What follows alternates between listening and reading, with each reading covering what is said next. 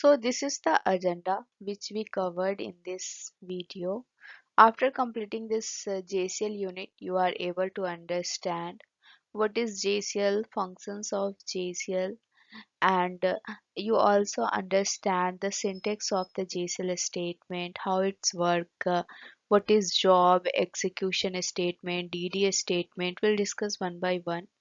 Also, here we try to create and submit one batch job as a sample, and after that we use the STSF to locate and display the job output. So let's start one by one.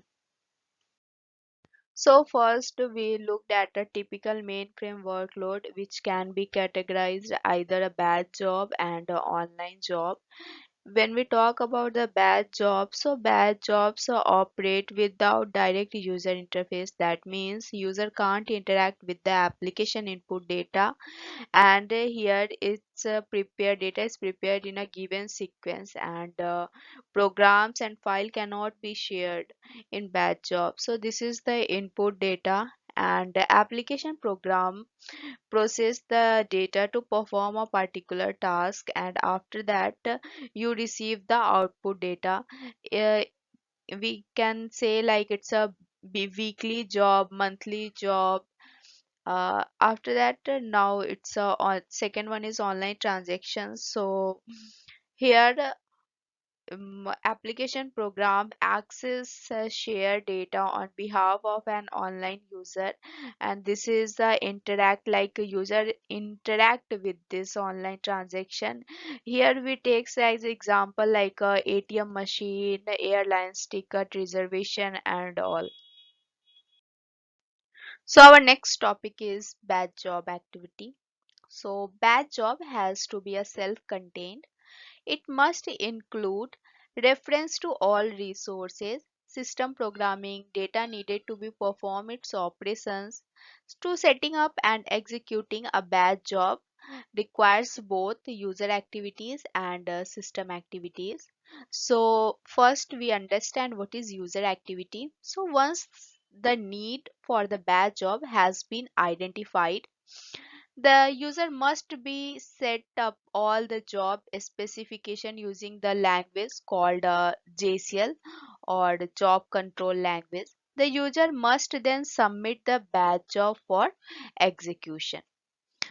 Then system activities, like when a batch job is submitted, then it goes to a mainframe component called JES. JES, that means job entry subsystem.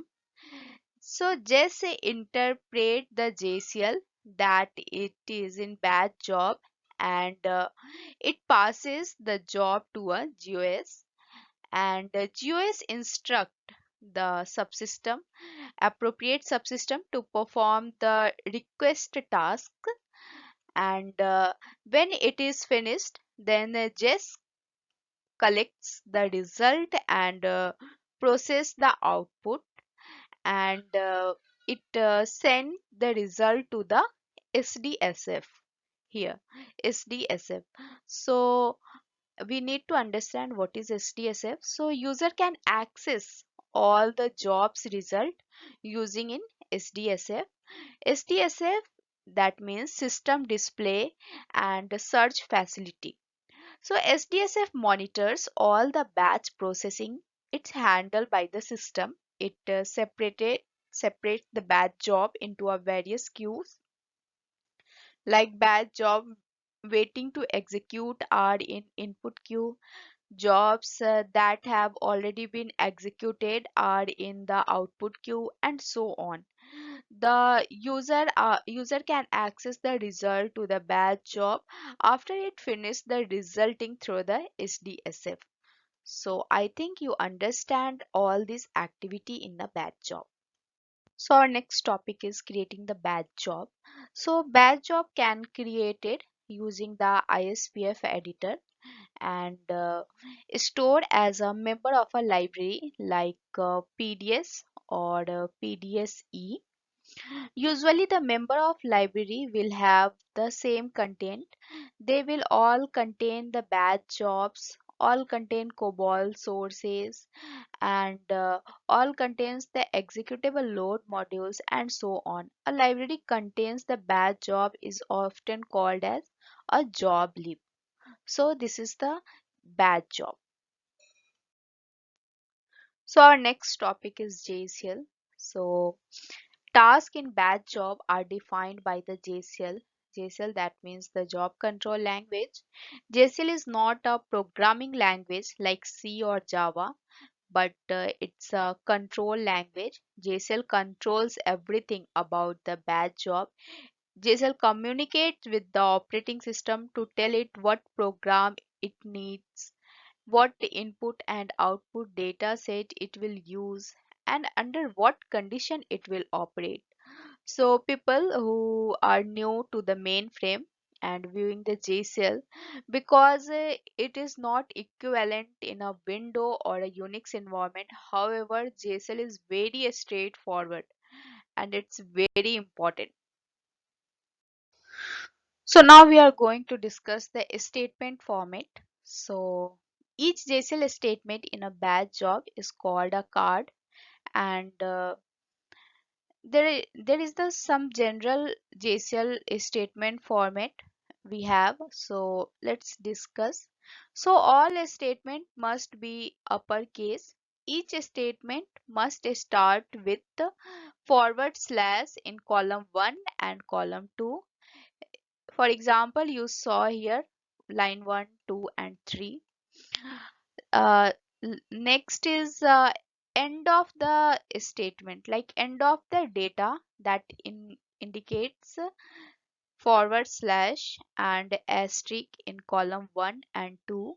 If you want to show comment statement, so comment statement indicates forward slash and asterisk in column 1, 2 and 3. You always remember, like all the character in the statement must be coded between 1 to column 1 to 71. And there is four field in a JCL. First one is the name field, operation field, operand field and comment field. All are separated by one or more blanks. After that, one terminology is parameters. So parameters are separated by comma, no blanks are allowed, and comma at the end of the statement it indicate it will be continue on the next statement. And you always remember, like continuation must be a start in call between column 4 to column 16. And first one is the name field. So here job name is the name field. So name field must be 1 through 8 alphanumeric character. And after that, next is the operand field. So operand field contains the operand or a parameter used by the statement. So first line we use job. So job is one operand field. Job, that means for a job card we use job. In second line we use exec. So this operation field used for the execute card. Last one is the dd. For a data definition card we use dd operation field. After that we use the operand field. So the operand field contain the operands or a parameter used by the statement, like notify is equal to tsoud01. So in this code this is not present, but other JCL, when we prepared any new JCL and we want to see in SDSF, at that time we saw like a notify is equal to uh, something like your ID, your user ID, or otherwise your team ID and something we use. So this is called the operand field. And the last we use the comment field. So each JSL statement can include the optional comment. This comment comes at the end of the line, or yeah, that's all.